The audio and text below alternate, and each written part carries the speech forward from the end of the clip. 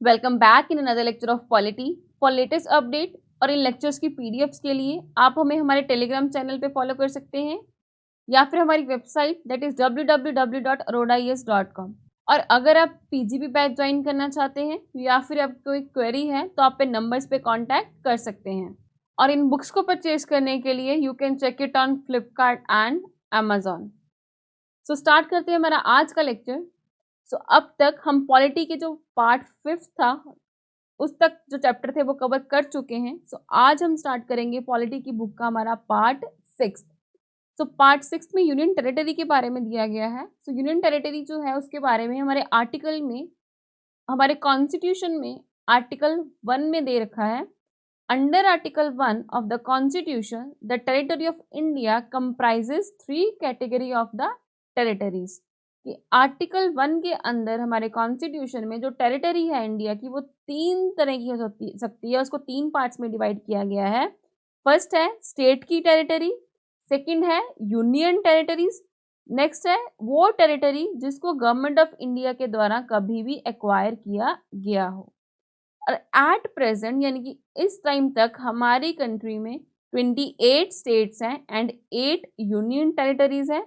और अभी तक इंडिया की गवर्नमेंट के द्वारा कोई भी टेरिटरी जो है वो एक्वायर नहीं की गई है। The states are the member of the federal system in India and share the distribution of power with the centre. ये जो स्टेट है वो फेडरल सिस्टम का मेंबर है हमारे इंडिया में। फेडरल सिस्टम मीन्स, अगर आपने पहले के लेक्चर्स देखे हो मेरे, तो वहाँ पे मैंने फेडरल सिस्टम को अच्छे से समझाया हुआ है कि फेडरल सिस्टम क्या होता है कि जिसमें स्टेट एंड सेंटर दोनों के पास अपनी अपनी पावर्स होती हैं, दोनों में पावर्स का डिस्ट्रीब्यूशन किया गया होता है। एंड जो यूनियन टेरिटरीज हैं on the other hand are those areas which are under the direct control and administration of the central government. कि जो यहाँ पे जो स्टेट्स हैं वो तो फेडरल सिस्टम का पार्ट है, यानी कि उनके पास अपनी पावर है, वो सेंटर के साथ पावर शेयर करते हैं। बट जो यूनियन टेरिटरीज हैं वो डायरेक्टली सेंट्रल गवर्नमेंट के कंट्रोल में होती हैं। And they are also known as centrally administer territories, और इनको जो है इस नाम से भी पुकारा जाता है। And in this way existence of these territories constitute a conspicuous departure from the federalism in India. The government of India is plainly unitary in so far as the relation between the New Delhi and these central enclaves is concerned. यहाँ पे अगर हम union territory को देख के बात करें तो यहाँ पे क्या आता है, हमारी गवर्नमेंट ऑफ इंडिया का एक यूनिटरी सिस्टम देखने को मिलता है। बिकॉज जो यूनियन टेरिटरीज हैं वो डायरेक्टली सेंट्रल गवर्नमेंट के अंदर ही आती हैं। जैसे कि अगर हम दिल्ली को देखें, बिकॉज जो दिल्ली है उसका जो पुलिस का सारा सिस्टम है वो सेंट्रल गवर्नमेंट के हाथों में है। कि अगर किसी चीज़ पे दोनों लॉज बनाती हैं तो सेंट्रल गवर्नमेंट के लॉज को ज़्यादा माना जाएगा। सो क्रिएशन कैसे हुई यूनियन टेरिटरीज की उसको हम देखेंगे कि during the British rule the certain area were constituted as a scheduled district in 1874। 1874 में कुछ एरिया को as a scheduled district constitute किया गया और उसके बाद उसका नेम चेंज करके उसको चीफ कमिश्नर प्रोविंसेस बुलाया जाने लगा। But and after independence in इसको they were placed in the category of part C and part D states. ये जो एरियाज थे इनको जो part C and part D की कैटेगरी की स्टेट्स थी उनमें डाल दिया गया।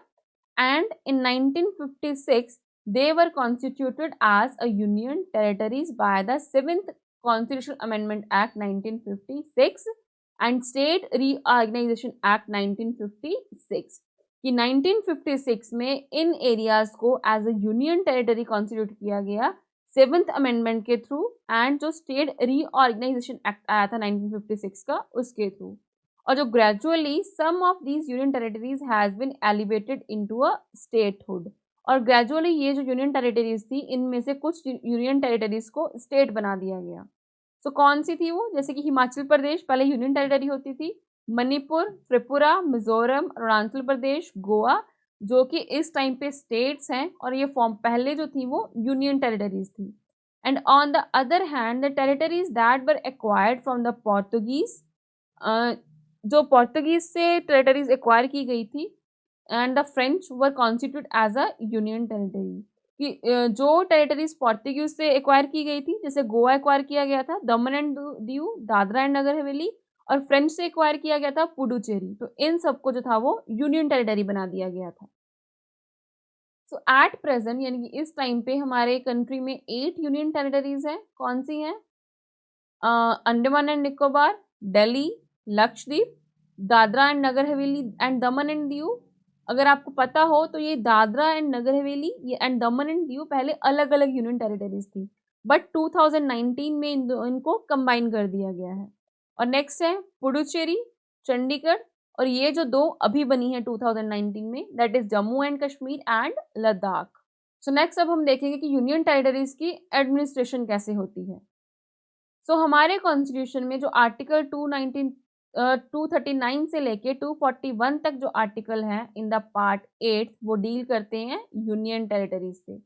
Even though all the union territories belong to one category, there is no uniformity in their administrative system. कि बेशक ये जो सारी यूनियन टेरिटरीज हैं वो एक ही कैटेगरी से बिलोंग करती हैं, बट जो इनका एडमिनिस्ट्रेशन का सिस्टम है वो यूनिफॉर्म नहीं है। कि every union territory is administer bye the president, कि हर जो यूनियन टेरिटरी है वो प्रेसिडेंट के द्वारा एडमिनिस्टर करी जाएगी, acting through an administrator appointed by him. यहाँ पे जो प्रेसिडेंट है वो क्या करेंगे, अपना एक एडमिनिस्ट्रेटर अपॉइंट करेंगे हर यूनियन टेरिटरी में उसको एडमिनिस्टर करने के लिए। An administer of the union territory is the agent of the president. यहाँ पे जो एडमिनिस्टर होंगे वो एज अ एजेंट काम करेंगे प्रेसिडेंट के। जैसे कि हमारे स्टेट्स में जो गवर्नर है वो हेड होते हैं स्टेट के, बट ये जो एडमिनिस्टर है वो हेड नहीं होंगे यूनियन टेरिटरी के, वो सिर्फ एज अ एजेंट काम करेंगे वहाँ पे। And president can specify the designation of the administer, it may be lieutenant governor और चीफ कमिश्नर और एडमिनिस्टर। कि यहाँ पे जो एडमिनिस्ट्रेटर होंगे उनको किस नाम से बुलाया जाएगा वो प्रेसिडेंट स्पेसिफाई करेंगे। कि चाहे तो आप उनको लेफ्टिनेंट गवर्नर भी बुला सकते हैं, या फिर चीफ कमिश्नर बुला सकते हैं, या फिर उनको एडमिनिस्ट्रेटर भी बुला सकते हैं। सो एट प्रेजेंट अगर जो लेफ्टिनेंट गवर्नर है in the case of Delhi, Puducherry and Andaman Nicobar island, कि अंडमान निकोबार आइलैंड, पुडुचेरी एंड दिल्ली के केस में कि वहाँ पे जो एडमिनिस्ट्रेटर होंगे उनको लेफ्टिनेंट गवर्नर बोला जाएगा, and Jammu and Kashmir and Ladakh के केस में भी, और चंडीगढ़, दादरा एंड नगर हवेली, दमन एंड दीव, लक्षद्वीप के केस में उनको एडमिनिस्ट्रेटर बोला जाएगा। The union territory of Puducherry in 1963 and Delhi in 1992 and Jammu and Kashmir in 2019 are provided by the legislative assembly and a council of the minister headed by a chief minister. यहाँ पे सिर्फ जो 3 ऐसी यूनियन टेरिटरी हैं जिनके पास खुद की लेजिस्लेटिव असेंबली है, खुद की काउंसिल है, वो कौन सी हैं? Delhi, Jammu and Kashmir and Puducherry. और ये जम्मू एंड कश्मीर है वो अभी 2019 में ही क्रिएट की गई है। सो जो बाकी की 5 हैं, यहाँ पे 6 नहीं, यहाँ पे 5 आएगा। तो जो बाकी की 5 यूनियन टेरिटरीज हैं do not have such popular political institution, और उनके पास ये जो पॉलिटिकल इंस्टीट्यूशन नहीं है। But the establishment of such institution in the union territories does not diminish the supreme control of the president and parliament over it. कि अगर बेशक आपने इन तीनों यूनियन टेरिटरीज को अपनी लेजिस्लेटिव असेंबली दे रखी है, बट फिर भी यहाँ पे जो सुप्रीम कंट्रोल है वो प्रेसिडेंट एंड पार्लियामेंट का ही होगा। जो and parliament can make law on any subject to the 3 list. कि ये जो यहाँ पे इन यूनियन टेरिटरीज के लिए जो पार्लियामेंट है वो कोई भी लॉ बना सकता है, जितने भी जो तीनों लिस्ट में सब्जेक्ट्स आते हैं उनके ऊपर। And this power of the parliament also extended to the Puducherry, Delhi and Jammu and Kashmir. कि यहाँ पे जो पार्लियामेंट की ये पावर है वो दिल्ली, जम्मू कश्मीर एंड पुडुचेरी पे भी अप्लाई होगी। बेशक उनके पास खुद की लेजिस्लेचर है, but the legislative assembly of Puducherry, Delhi and JNK can also make laws on any subject of the state list and the congruent list. कि यहाँ पे जो लेजिस्लेटिव असेंबली है पुडुचेरी, दिल्ली JNK की, वो खुद के लिए जो लॉज वगैरह हैं वो बना सकती हैं। कौन से सब्जेक्ट्स पे? जो स्टेट लिस्ट या फिर कॉन्ग्रुएंट लिस्ट में आते हैं। नेक्स्ट है कि the president can make regulations for the peace, progress and good governance of the Andaman and Nicobar, Lakshadweep, Dadra and Nagar Haveli, Daman and Diu and Ladakh. कि यहाँ पे जो प्रेसिडेंट हैं वो रेगुलेशंस बना सकते हैं किन जगहों के लिए, यहाँ पे ध्यान रखिएगा कौन से नेम दिए गए हैं कि कौन सी यूनियन टेरिटरीज हैं जिनके लिए प्रेसिडेंट जो है वो रेगुलेशंस बना सकते हैं वहाँ पे पीस डेवलप करने के लिए, वहाँ की प्रोग्रेस के लिए, वहाँ की गुड गवर्नमेंट के लिए। सो कौन से हैं वो? Andaman and Nicobar, next is Lakshadweep, next is Dadra and Nagar Haveli, next है Daman and Diu and Ladakh. And in case of the Puducherry also, President can legislate by making regulations, but only when the assembly is suspended or dissolved. कि ये जो power है president की regulation बनाने की, वो पुडुचेरी पे भी अप्लाई होती है। पुडुचेरी के लिए भी जो प्रेसिडेंट है वो लेजिस्लेट कर सकते हैं रूल्स बना के, बट जिस टाइम पे जो पुडुचेरी है वहाँ की असेंबली सस्पेंड या फिर डिसॉल्व हो जाए उस टाइम। सो नेक्स्ट आता है कि regulation made by the president has the same force and affect as an act of the parliament. कि जो प्रेसिडेंट के द्वारा रेगुलेशंस बनाए जाएंगे उनकी जो फोर्स होगी, उनके जो इफेक्ट होंगे वो सेम वैसे ही होंगे जैसे पार्लियामेंट के एक्ट्स के होते हैं। And can also repeal amend by act of the parliament in relation to these union territories. की ये जो रेगुलेशंस होंगे इनको पार्लियामेंट के एक्ट के द्वारा रिपील या फिर अमेंड भी किया जा सकता है। And the parliament can establish a high court for the union territory. की जो पार्लियामेंट है यहाँ पे यूनियन टेरिटरीज के लिए हाई कोर्ट भी एस्टैब्लिश कर सकती है। एंड जो दिल्ली है वो सिर्फ एक ऐसी यूनियन टेरिटरी है जिसके पास खुद का हाई कोर्ट है। सो नेक्स्ट आते हैं special provisions for Delhi. So इसमें क्या है कि 69th constitutional amendment act of 1991 provide a special status to the union territory of Delhi. की 69th जो अमेंडमेंट आई थी 1991 में, उसके थ्रू दिल्ली को जो है एक स्पेशल स्टेटस दिया गया है एंड इसको रीडेजिग्नेट किया गया है, इसका नाम चेंज किया गया है national capital territory of Delhi. और यहाँ के जो एडमिनिस्ट्रेटर होंगे यानी कि दिल्ली के जो एडमिनिस्टर करेंगे उनको क्या बोला जाएगा? Lieutenant governor. कि it create a legislative assembly and council of the minister for Delhi. कि दिल्ली के लिए एक जो है वो legislative assembly and council create की जाएगी। जो स्ट्रेंथ होगी असेंबली की वो फिक्स है 70 मेंबर्स के लिए जिनको डायरेक्टली इलेक्ट किया जाएगा लोगों के द्वारा। The elections are conducted by the election commission of India. की जो दिल्ली की लेजिस्लेटिव असेंबली की इलेक्शंस होंगी उनको कौन कंडक्ट करेगा? Election commission of India. So next है कि assembly can make laws on all the matters of the state list, concurrent list except the 3 matters of the state list, that is public order, police and land।